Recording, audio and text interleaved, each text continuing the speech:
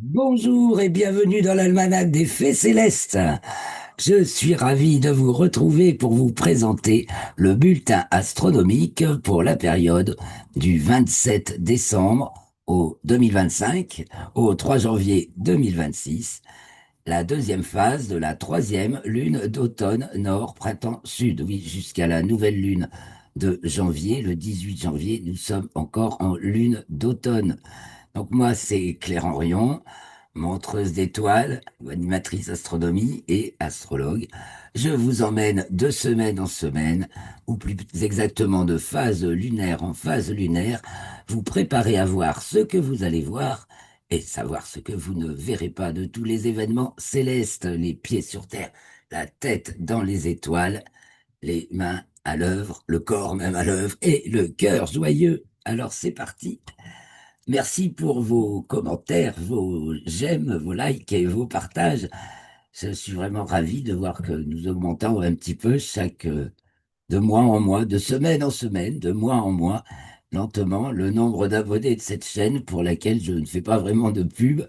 Donc merci si ça vous intéresse et que vous n'êtes pas encore abonné, ben abonnez-vous. Merci beaucoup et grand merci à tous les abonnés. Voilà, on est parti. Donc, on va regarder, partager l'affiche pour savoir ce que nous allons voir cette semaine. Donc, cette deuxième phase de la lunaison. Donc, du premier quartier, le samedi 27 décembre à 20h09, à la pleine lune, le samedi 3 janvier à 11h02. Alors, le premier quartier, donc la lune se lève aux alentours de midi, culmine en début de nuit et se couche aux alentours du minuit. Et chaque jour, elle se lève de plus en plus tard, en moyenne 50 minutes, mais ça peut être ça peut être seulement 20 minutes, ça peut être 1h30. Et elle se lève donc de plus en plus tard, culmine de plus en plus tard, se couche de plus en plus tard, jusqu'à ce qu'on arrive à la pleine lune. Elle se lève alors à peu près au coucher du soleil, culmine au milieu de la nuit et se couche quand le soleil se lève. Revenons sur le premier quartier, donc samedi 27 décembre. C'est donc à 20h09. La Lune est dans le septième degré du signe du Bélier, le Soleil, lui, du Capricorne. La Lune est devant la constellation des Poissons, le Soleil, celle du Sagittaire. Et voilà, alors on va faire chronologiquement, on va suivre la chronologie des événements, d'abord avec la Lune, puis avec les planètes, et puis on ira voir sur Stellarium, et nous bouclerons ce petit bulletin par quelques images à partager sans modération, avec quand même.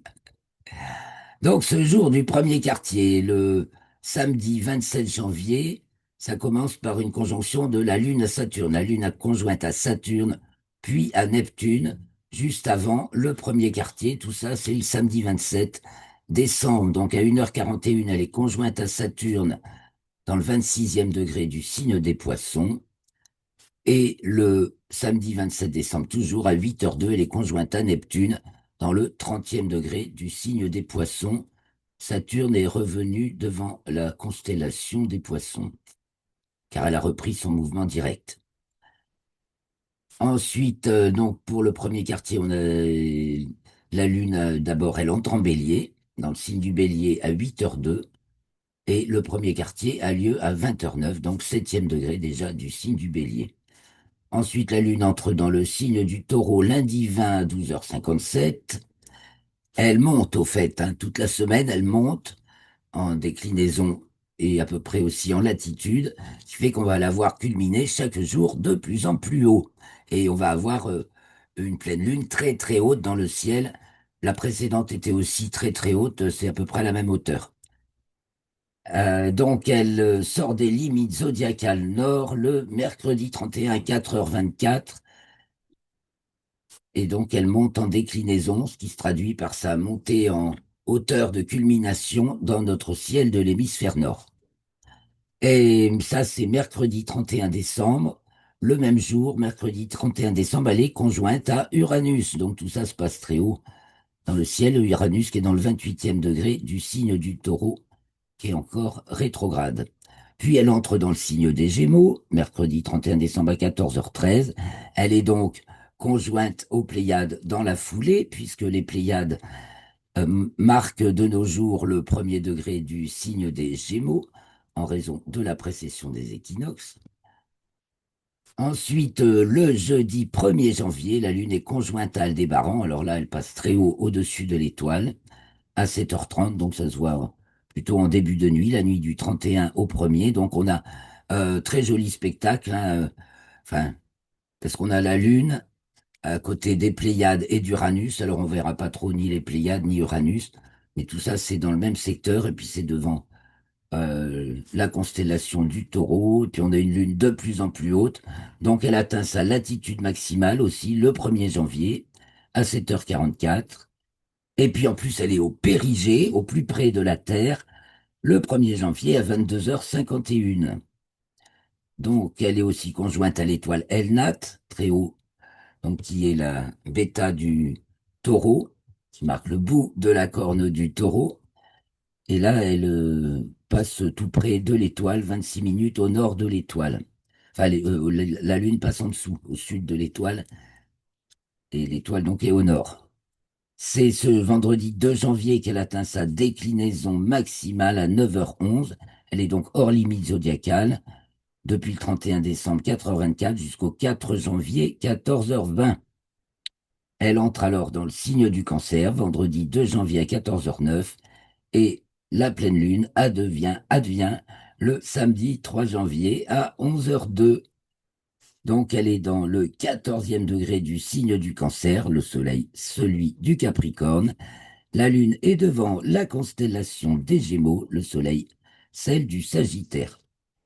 Et ce jour de pleine lune, donc, elle est en plus conjointe à Jupiter et à l'étoile Pollux qui est juste à côté. Pareil, on a pleine lune, Jupiter, Pollux, et donc Castor, les Gémeaux. Enfin, on a un beau trio dans le ciel. C'est donc conjointe à Jupiter samedi 3 à 23h54. Donc ça se verra bien en début de nuit, car Jupiter se lève maintenant de plus en plus tôt en début de nuit. Et avec Pollux, dimanche 4 à 4h10, mais je l'ai marqué dans ce bulletin, parce que vraiment, tout cela se tient dans un mouchoir de poche dans le ciel. Et c'est aussi le jour, hein, où la Terre est au périhélie, où on peut dire le Soleil au périgée. La distance Terre-Soleil est la plus petite de l'année. Donc ça peut varier entre le 3 et le 6 janvier. Cette année, comme c'est avec la pleine lune, ça arrive, quand c'est nouvelle lune ou pleine lune, ça arrive de bonne heure dans cette fourchette, 3 à 7 janvier.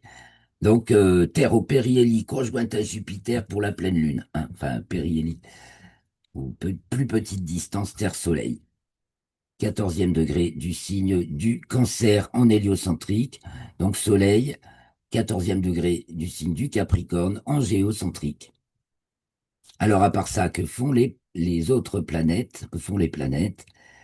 Alors, d'abord, vous trouvez en bleu ce qui se passe en héliocentrique. Donc, ça commence par Mercure qui passe à son nœud descendant samedi 27 décembre à 2h55. Elle passe donc en latitude sud. Donc, ça veut, pour nous, ça veut dire qu'elle est de plus en plus bas dans le ciel.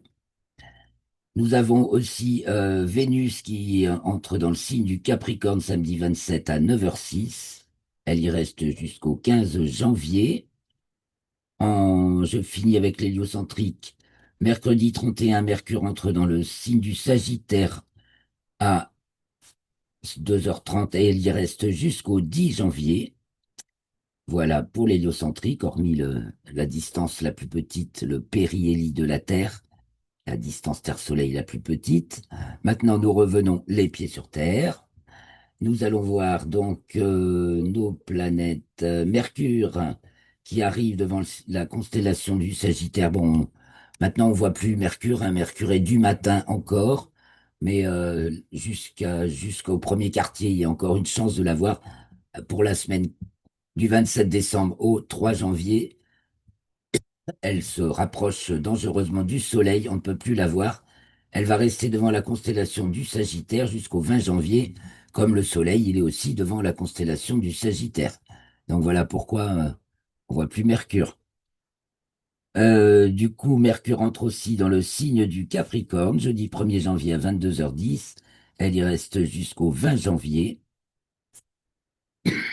Nous avons Vénus qui sort des limites zodiacales sud, elle descend. Ah ben non, elle remonte, pardon. Elle rentre dans les limites zodiacales.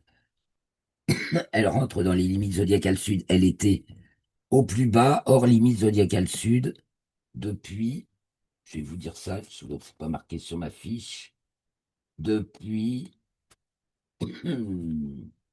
ben, c'est pas marqué là non plus, alors, depuis fin décembre, eh ben, vous vous reporterez à l'article dont le lien est en dessous dans la description de cette vidéo. Voilà, j'ai retrouvé. C'est depuis le 21 décembre, voilà, Vénus hors limite zodiacale sud, du 21 décembre au 3 janvier. Pardon. Oh, excusez-moi. Je viens de fêter Noël. Bon, il y a un petit peu de... Voilà pour ce qui se passe cette semaine. Alors, pas mal d'événements quand même avec cette Terre au périhélie et cette Lune au périgée. Nos luminaires nous sont là, très proches, très proches. Alors, les planètes, donc, festival de planètes dans le ciel du soir, maintenant. Quoique la Lune, évidemment, éteint un peu le reste du ciel, mais néanmoins, donc, pas de Mars. Mars est plus du tout visible. Elle va être conjointe au Soleil le 9 janvier. Saturne est bien visible en début de nuit, puisqu'elle culmine vers 18 heures et se couche donc vers 23h50. Donc c'est maintenant Saturne n'est plus qu'en première moitié de nuit, ainsi que Neptune. Évidemment, il faut un instrument télescope pour observer Neptune. C'est pas la très bonne semaine vu qu'il y a une lune de plus en plus grosse, lune gibbeuse croissante. Donc ça fait beaucoup d'éclairage pour observer Neptune. C'est pas commode. Et pour le premier quartier, c'est le jour où la lune est conjointe à Saturne et à Neptune. Donc on préférera une période un peu plus tard, quand il y aura moins de lune, passer la pleine lune, et bien sûr ensuite aux alentours de la nouvelle lune, pour apprécier dans un ciel noir Neptune et Uranus. Uranus qui culmine maintenant aux alentours de 21h55, 22 heures. C'est les horaires pour chez moi. Donc si vous êtes plus à l'est, c'est plus tôt. Si vous êtes plus à l'ouest, c'est plus tard, de quelques minutes. Et selon, hmm, vraiment, excusez-moi, et selon si vous êtes au nord ou au sud, évidemment, ça change un petit peu aussi, mais ça reste valable pour toute la France métropolitaine. Nous avons Jupiter qui se lève en début de nuit, donc aux alentours de 18h05, et qui culmine aux alentours de 1h40. Donc Jupiter, très brillante, on ne peut pas la louper, à côté de Pollux, des Gémeaux, et donc de Castor, pas loin, et qui va être à l'opposition aussi le 10 janvier. On va avoir une sacrée figure aux alentours du 9-10 janvier, puisqu'on va avoir conjonction inférieure de Vénus, non supérieure. Hmm. Vénus étant, je n'ai pas encore marqué dans mon carnet. Le 10 janvier, on a l'opposition de Jupiter. Le 9 janvier, on a la conjonction de Mars et de Vénus. Et donc, ça fait beaucoup de monde. Eh bien, en voyant ici, c'est donc une conjonction supérieure de Vénus. Vous voyez, on a Terre, je grossis un peu quand je sais plus, voilà. Ici, c'est conjonction supérieure de Vénus qui arrive. Et donc, elle est totalement invisible, hein, Mars et Vénus. Si on voit la Terre, donc Terre, Soleil, Vénus, Mars, c'est en héliocentrique. Et donc, en héliocentrique, la Terre sera conjointe à Jupiter et opposée à Vénus et Mars. Ça fait une sacrée figure céleste. Et donc, ben voilà, Vénus et Mercure qui sont du matin et qu'on ne voit plus, et Mercure qui va être rapidement aussi en conjonction supérieure. Donc, vraiment un alignement de planètes important. Alignement, pas dans le sens souvent comme on nous le sort, où c'est la succession des planètes dans le ciel du soir ou du matin. Là, on a qui se succèdent, donc Saturne, Neptune, Uranus et Jupiter, les rapides étant invisibles. Mais là, c'est donc, je vous parle d'un alignement par rapport à Terre-Soleil, à l'axe formé par la Terre et le Soleil. Donc, les jours rallongent un petit peu. Ça commence tout juste. Sur le matin, nous sommes encore dans les couchers de soleil les plus tardifs de l'année jusqu'au 6-8 janvier. C'est marqué là. Jusqu'au 8 janvier. Soleil pour la latitude 45 nord. Ça varie un petit peu selon votre latitude. Mais le jour se commence à augmenter sur le soir. Et depuis le 21 décembre, la durée globale du jour augmente. Pardon, un tout petit peu hein, pour l'instant. Nous allons avoir les seins très importants d'étoiles filantes des quadrantides, maximum le 3 janvier vers 22 heures. Donc c'est un essaim qui peut être fort abondant avec un maximum de 60 à 200 étoiles filantes à l'heure au zénith. Et aussi les Léo Minori de décembre, donc depuis. Alors, Quadrantide, le radiant, c'est vers le Bouvier, c'est le nom d'une ancienne constellation qui n'a pas été retenue dans les constellations arrêtées par l'Union astronomique internationale en 1924, si je ne m'abuse. Donc, c'était le nom d'une constellation autrefois, et le nom de l'essaim d'étoiles filantes qui en provient est demeuré. Et les Léo Minori de décembre, le radiant le radiant, c'est le point d'où semble sortir les météores. Le radiant est donc devant la constellation du Petit Lion, qui est juste au-dessus du Lion, entre le Lion et la Grande Ourse, en fait. Nous allons voir cela sur Stellarium. Que dire encore de ce qu'on a oublié? 1er janvier, la nuit du 31 décembre au 1er janvier, nous avons à notre époque l'étoile Sirius, donc la plus brillante étoile du ciel, qui passe au méridien à la minuit, la nuit de la Saint-Sylvestre, enfin la nuit du changement d'année. Donc c'est important aussi. Les Parisiens, le 30 décembre à 3h48, si vous êtes levés, eh bien, vous pouvez voir depuis le rond-point des Champs-Élysées, il n'y aura pas trop de circulation. Là, j'espère, 3h48 du matin, la Lune passait dans l'Arc de Triomphe juste avant son coucher. Voilà pour l'essentiel. Donc, je vous ai dit, Vénus et Mars, on ne les voit pas, elles sont dans le champ du coronographe Lascaux C3, ce qui veut dire qu'elles sont vraiment dans l'environnement proche du Soleil.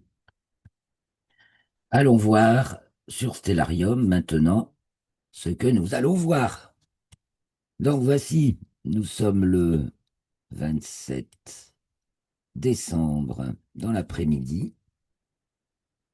Le soleil va aller se coucher. On va remarquer maintenant qu'il se couche de plus en plus vers l'ouest, vers la droite. Donc, si on se tourne vers lui, chaque soir, il va se coucher un peu plus à droite. Vous prendrez vos repères dans votre paysage.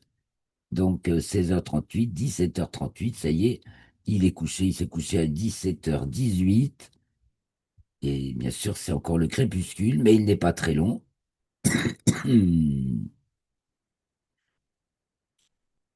Donc, le soleil descend. Et qu'est-ce qu'on commence à voir? Oh, je suis désolé, cette petite toux est un petit peu agaçante. Donc, eh bien voilà, on va se tourner vers le sud en début de nuit. Donc, on a Mars qui est invisible dans le ciel du soir, Vénus invisible dans le ciel du matin. Et en début de nuit, donc, le 27, c'est le premier quartier. Donc, la Lune culmine à côté de Neptune. Ici, Saturne, vous voyez, on aura la Lune à gauche de Saturne et on peut deviner Neptune qui est par là, voilà. Hmm. Mais bon, avec la Lune, on la verra pas. Je rajoute quelques noms d'étoiles, en particulier Faux Maillot, du Poisson austral, ici, et Divda de la baleine. Ben, vous repérerez la lune au-dessus de l'étoile Divda de la baleine. Ça vous aidera à identifier la constellation de la baleine. En fait, il y a Saturne, Divda et Fomayo qui forment actuellement un triangle assez remarquable en début de nuit. Donc la lune est là, le 27. On fait un petit tour du ciel de début de nuit. Donc on va quand même aller jusqu'à 19 heures. À 19 heures, il fait nuit noire et Orion est levé. Pas encore Sirius, hein. Jupiter est déjà levé, donc nord-est, enfin est-nord-est, à côté des Gémeaux, Pollux et Castor. Et ici, donc, la grande constellation d'Orion, en dessous de Aldébaran du Taureau et Elnat. Donc, on va voir la Lune qui sera conjointe le 30, je crois. Un petit tour vers le nord en début de nuit. Donc, nous avons la grande ours qui remonte, le dragon et la petite ours au plus bas en début de nuit, Cassiopée tout en haut en début de nuit. Et si on se tourne vers l'ouest, voilà, qu'est-ce qui va se coucher? Ben, de plus en plus tôt, notre grand triangle de l'été qui nous quitte dans le ciel du soir, qui commence déjà à réapparaître dans celui du matin. Et donc maintenant, nous avons fait le tour. On va on va suivre la lune de soir en soir, puisqu'on va voir qu'elle culmine chaque soir, chaque jour de plus en plus haut. Et on va voir à qui elle rend visite. Donc le 28, elle est devant la constellation des Poissons. Elle va culminer à 19h29. Donc on n'en est pas loin. Je traçais le méridien. Là, voilà. Le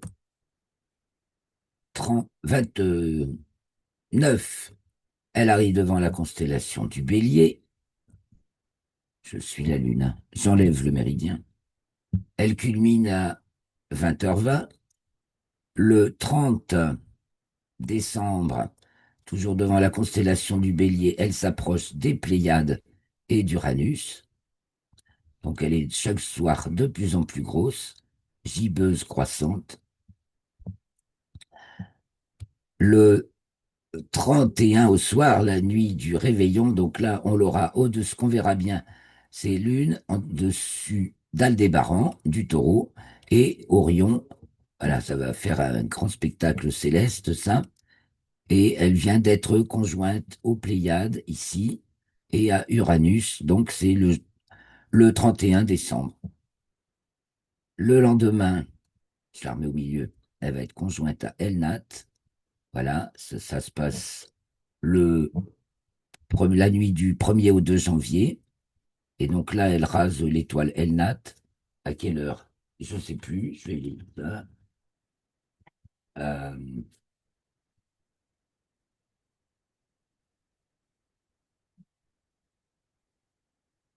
1h54 le 2 janvier, dans la nuit du 1 au 2 janvier.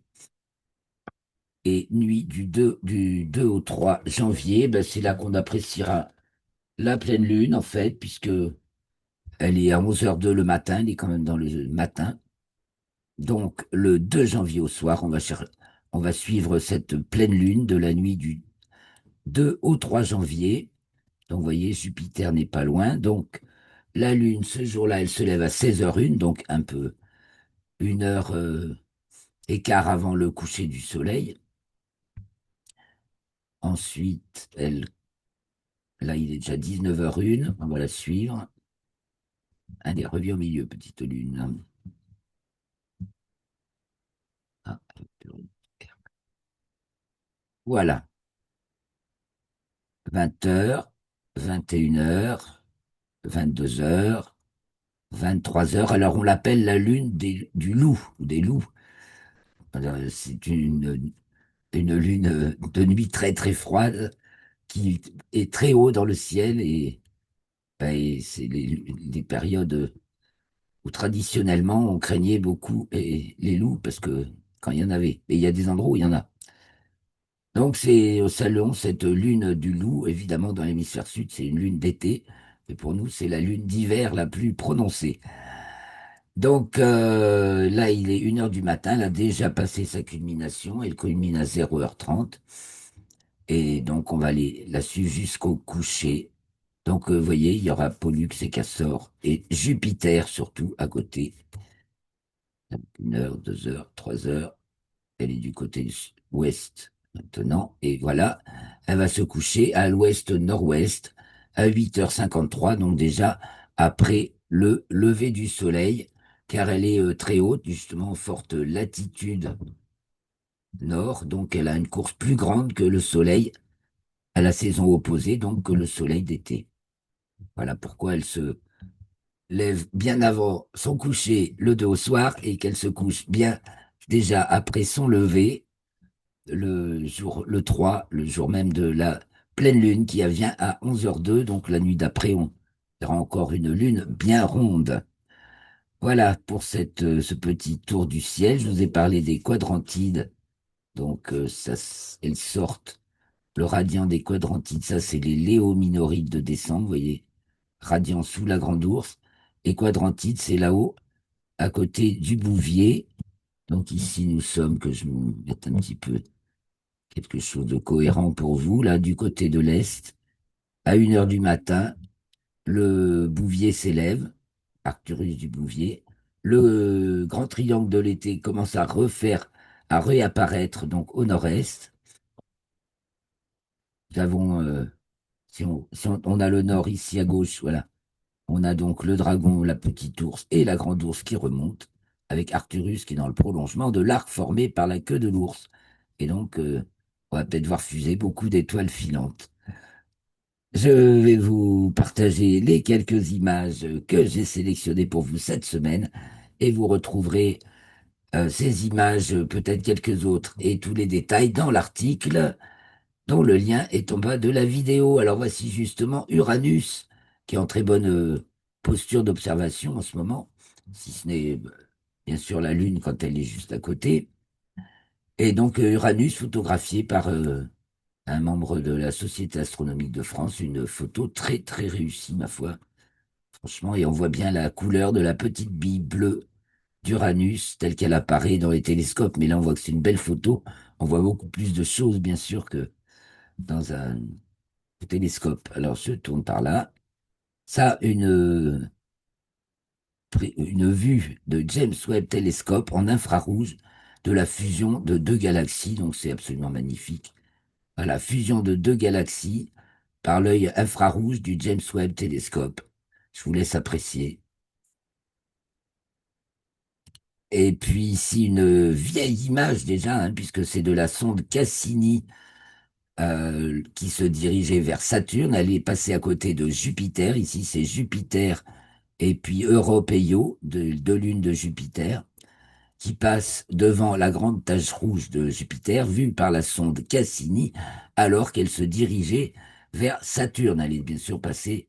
Donc, elle est arrivée fin 2004 à côté, en orbite de Saturne, et en 2000, fin 99, début 2000, elle est passée aux abords de Jupiter et a donc pris cette vue. Vous voyez, on voit les lunes éclairées par le soleil qui est manifestement de ce côté. Ça se voit très nettement. Ici, là, c'est l'atlas virtuel de la Lune qui nous montre ce qu'on pourra voir sur la Lune. Donc, la Lune est croissante, entre nouvelle Lune et pleine Lune. On voit le Soleil qui se lève sur la Lune. Et donc, au 10e jour à peu près, le Soleil se lève sur la mer des pluies et en particulier le golfe des Iris. Donc, c'est le 30 décembre, la nuit du 29 au 30 décembre. Lever du Soleil sur le golfe des Iris. Donc, vous pouvez identifier, hein, c'est assez identifiable sur la Lune. Il fait tout ça. Ici, Platon, au nord de la mer des pluies. Revenons dans les photos, les images. Alors, c'est pas une photo, c'est une vue, enfin, des vues du James Webb Telescope à nouveau sur des mystérieux petits points rouges très très loin. Un Z, c'est le décalage spectral, donc le très vraiment dans l'univers primitif, celui-ci, hein, 8, 9, Z égale 8, 9. pas loin des 13 milliards d'années-lumière en arrière, dans les origines de l'univers. Et donc, voilà, James Webb identifie ces petits points rouges fort mystérieux, personne ne sait encore ce que c'est. Voilà, ben, ma chienne vous salue. Je vais vous retrouver pour vous saluer. Ben, Thierry, tu salues avec moi. Ben voilà, je vous souhaite une très belle fin d'année. Bon, pour aujourd'hui, c'est Noël encore, aujourd'hui ou aujourd'hui. Mais on commence le 27. Alors, si jamais vous voyez quand même la vidéo ce soir, ben, joyeux Noël, bonne fin d'année. On se retrouve l'année prochaine. Ce sera à nouveau très certainement le 1er janvier à 16 heures et 17 heures pour l'enregistrement pour la période suivante, donc la troisième phase de la troisième lune d'automne nord, printemps sud, qui débutera le 3 janvier. Merci beaucoup d'avoir suivi cette vidéo jusque-là.